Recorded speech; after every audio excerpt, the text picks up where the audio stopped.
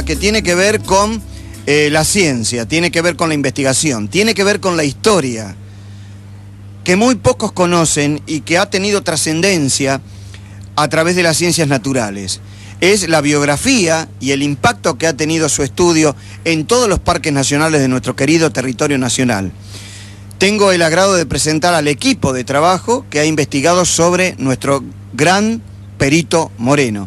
Es así. Buen día. Buen día, Palombi. Sí, trajimos para contarles... Qué bueno que volvamos al apellido, ¿no? Palombi. Daniel. Bueno, ¿qué trascendencia tuvo el Perito Moreno para todos nosotros? Datos que tengan que ver con su biografía. Bueno, muchísimo. Por empezar, tuvo muchas profesiones. Fue un científico, naturalista, botánico, explorador, geógrafo y político. Realmente hizo de todo, por la patria y por la historia también. De la mano de su investigación, fue paralelamente una lucha política, porque bien lo describías como político, en cuanto a acción concreta de defender y poner en evidencia en la lucha la ley de protección de todos los parques nacionales que había en el territorio nacional. Sí, exacto. A él le debemos muchos espacios, muchas reservas que perduran hasta el día de hoy, gracias a esa ley, gracias a él. Bien, vamos a comenzar a describirlo entonces, ¿sí? Sí, por empezar, su nombre completo es Francisco Pascasio Moreno y nació el 31 de mayo de 1852 en Buenos Aires, Argentina. Y antes de contarles cómo nació el interés, digamos, por todas las profesiones que desarrolló, les traje para contarles un poco de su vida privada, Moreno como hombre, se podría decir. Él tenía una familia muy adinerada y sin embargo era un hombre muy humilde, para nada materialista. También, como ya les dije antes, era muy defensor de su patria. Se casó en 1885 con María Varela, con quien tuvo 5 hijos y por desgracia 3 de esos 5 murieron a muy temprana edad, así que fue un sufrimiento muy grande en la vida de Moreno. Y después, para complicársela más, también falleció su mujer a los 29 años. Es por eso que él se refugió mucho en el estudio de la naturaleza. De las ciencias naturales, sí, de la naturaleza, porque fue un gran explorador, ¿eh? Sí, sí, sí. Estuvo en muchas partes del territorio, porque la única manera de establecer, digamos, de ponerse a escribir sobre sus observaciones, era tomar contacto con el trabajo de campo. No hay otra manera de poder relatar qué pasa con la naturaleza en nuestra querida Argentina. Sí, sí. Y el Perito Moreno lo hizo. Sí, y bueno, el 22 de noviembre de 1919 fallece a los 67 años ya, de una enfermedad que venía arrastrando hace años. Claro. Sus restos fueron llevados a un mausoleo de Nahuel Huapi. Del lago Nahuel Huapi, allí en el sur Sí. del territorio, en Bariloche, ¿no?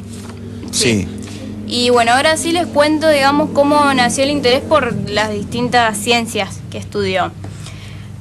Primero le nació el interés por el naturalismo, gracias a una tía que le gustaba mucho viajar y en esos viajes recolectar rarezas de la naturaleza para luego exponerlas. Entonces de ahí se interesó por este tema de la naturaleza. Menos mal que si buscaba rarezas yo no andaba por ahí cerca, si no hubiera terminado en un tubo de ensayo en la universidad. No. Bien, después, más tarde, en 1863, empieza a interesarse por la paleontología, perdón. Paleontología, sí señor. Esto sucedió porque su familia había adquirido un edificio que tenía un friso rojizo con figuras incrustadas. Cuando Moreno se entera de que estas figuras eran caracoles petrificados, se apasiona por los fósiles. De ahí empieza a coleccionarlos. Y tal es así su pasión que más tarde, 2 años después, con ayuda de su padre y sus 2 hermanos, funda el Museo Moreno. Después, en 1867, el director del Museo Público, Germán Baumeister, visita el Museo de Moreno y le pide un ejemplar de Panoctus para exhibirlo en el Museo Público. Un Panoctus es muy similar a un armadillo de hoy en día, nada más que es prehistórico. Claro. Y llegaban a medir 3 metros, era algo muy importante. Contundente. Sí, sí, sí. Contundente. Y a todo esto, Moreno era apenas un adolescente. Sí. Ya de adolescencia, sí, tenía la edad menos que ustedes, ¿sí? Y ya el señor estaba metido de lleno a la investigación, ¿no? Sí, sí, le iba muy bien. Bueno, después a fines de 1871 en Buenos Aires surge la fiebre amarilla, entonces la familia de Moreno se tiene que mudar a las afueras de la ciudad y se muda cerca de la laguna Chascomús. A partir de ahí, Moreno pasa a ser el propietario de un tesoro paleontológico enorme, porque en esa laguna había muchísimas especies que aún no habían sido descubiertas y que por supuesto él fue quien las descubrió. Claro. Entonces, a los 20 años, su padre le regala un edificio de 200 metros cuadrados para todas sus colecciones. Así que ya con 20 años, si tenía un edificio propio sí, para todo su trabajo, es importante. Sí, tenía cualquier cantidad de fósiles. Bueno, y después vinieron sus viajes, pero de eso va a hablar Fernando. Bueno, Fernando, muy bien descrito esta introducción para ubicarnos en el contexto, en la personalidad, en la forma de ser del Perito Moreno. Fernando, muy cerquita, más cerquita al micrófono. Ahí está. Sigo, yo voy a contar un poco sobre todos los viajes que hizo a la Patagonia. Bueno. Un año más tarde de todo esto, viaja a la Patagonia para explorar su formación geológica, su flora y su fauna. Allí se encuentra con 60 cráneos, 1000 flechas aproximadamente y grandes cantidades de sílices tallados. En julio de 1874 recibe el encargo de explorar la bahía de Santa Cruz, lugar donde los chilenos se habían establecido. En esa época habían problemas entre Chile y Argentina por hacer los límites de cada país. Delimitar, claro. En 1874, Fernando. Sí. Bien. Chile pretendía tomar control de la Patagonia. Y el Perito Moreno está allí. Claro. Trabajando. Bien. Bueno. Tómese su tiempo, ¿eh? La expedición que realizó duró 5 meses, un poco menos de lo esperado, porque se quedó con falta de recursos.